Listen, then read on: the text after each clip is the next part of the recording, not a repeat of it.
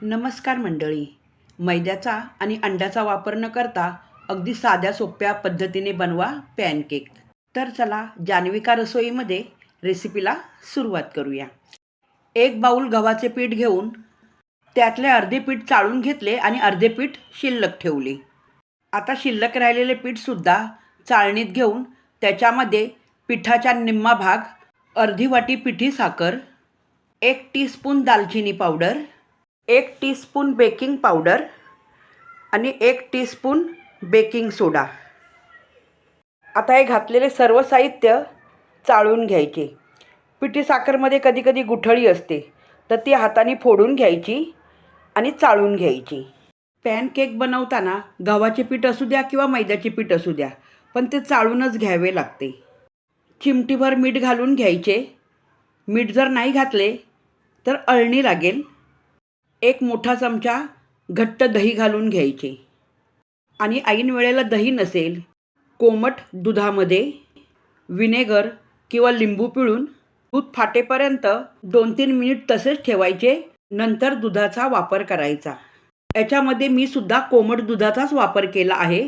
Pancake फुगण्यासाठी आणि चांगली जाळी पडण्यासाठी इथे अंड्याचा वापर न करता आपण बेकिंग सोडा आणि बेकिंग पावडर वापरली आणि त्याच्यावरती गरम दूध घातले ना, म्हणजे कोमट दूध घातले ना, तर जाळी पडते आणि पीठसुद्धा हलके होते.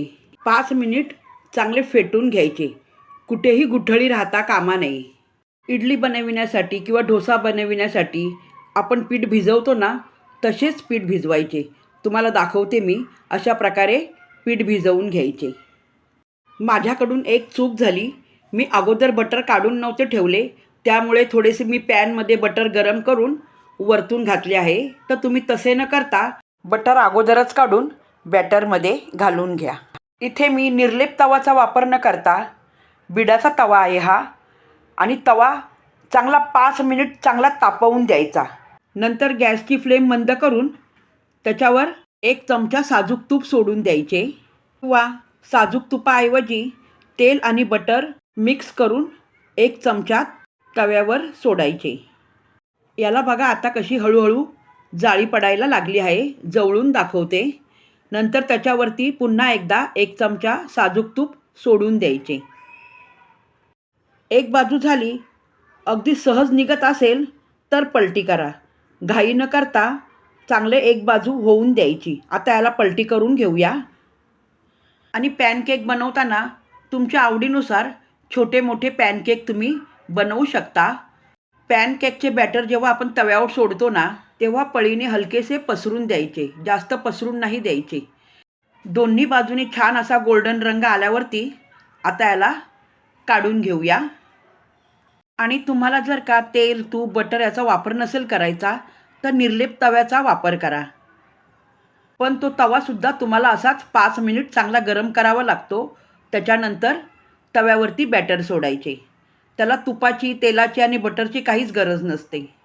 पण इथे मी एक आवर्जून सांगते, जेव्हा आपण निर्लेप तव्याचा वापर करतो ना, त्यावर बनविलेले पॅनकेक एक वेळेनंतर ड्राय होतात आणि ते खायला होत नाही.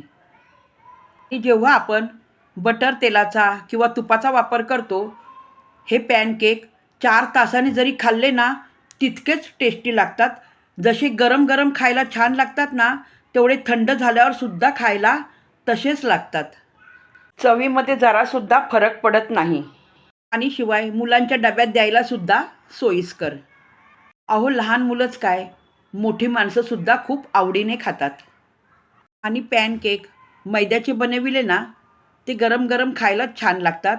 एक वेळेनंतर ते सुद्धा रबरासारखे होतात. आणि असे पॅनकेक तुम्हाला जर का मुलांना डब्यात द्यायचे असेल, नुसते हनी लावून पॅनकेक देऊ नका. मुले खात नाही. जाम तर प्रत्येकाच्या घरात असतो. मी मिक्स फ्रूट जामचा वापर करत आहे. 1 चमचा एका पॅनला जाम लावून घ्यायचा. चांगले पसरून द्यायचे सर्व बाजूनी. आणि मुलांना आहे ना, स्ट्रॉबेरी, मँगो हे जाम जास्त आवडतात. आता हे मेपल सिरप आहे. दुसऱ्याला मेपल सिरप लावून घ्यायचे. चव खूप छान लागते. आणि तिसरा पॅनकेक ठेवताना तुमच्याकडे जर का चॉकलेट सिरप असेल तर चॉकलेट सिरप लावा. माझ्याकडे नाही आहे, संपला आहे माझ्याकडचा. किंवा नुसते चॉकलेट सिरप सर्व पॅनकेकला लावून घेतले तरी छान लागतात. मुलांना ते जास्त आवडतं. पॅनकेकचा 3-4चा थर करून घ्यायचा. नंतर आपण केक कसा कापतो त्याप्रमाणे त्याला कापून घ्यायचे. तुम्हाला दाखवते मी कापताना कसे कापायचे ते. ट्रँगल शेपचा आकार देऊन पॅनकेक कापून घ्यायचा. अशा प्रकारे ट्रँगल शेपने कापून घेतल्यामुळे मुलांनाच काय मोठ्या माणसांना खायलासुद्धा सोपा जातो. त्याला मी प्लेटमध्ये काढून घेते. खरं सांगू, हे 4 पॅनकेक बनवलेले मुलं सहज खाऊ शकतात. तुम्ही करून बघा. आता अजून छान दिसण्यासाठी आणि छान लागण्यासाठी सुद्धा याच्यावरती पिठी साखर अशी चाळून घ्यायची. लाईटली, जास्त नाही चाळायची. तुम्ही व्हिडिओ कुठून बघत आहात? तुम्हाला हा पॅनकेक ही रेसिपी कशी वाटली मला कमेंट्स करून नक्की सांगा. आवडल्यावर लाईक करा, शेअर करा आणि सबस्क्राईबसुद्धा करा. पुन्हा भेटूया पुढच्या व्हिडिओमध्ये. तोपर्यंत तुम्हाला सर्वांना माझा नमस्कार.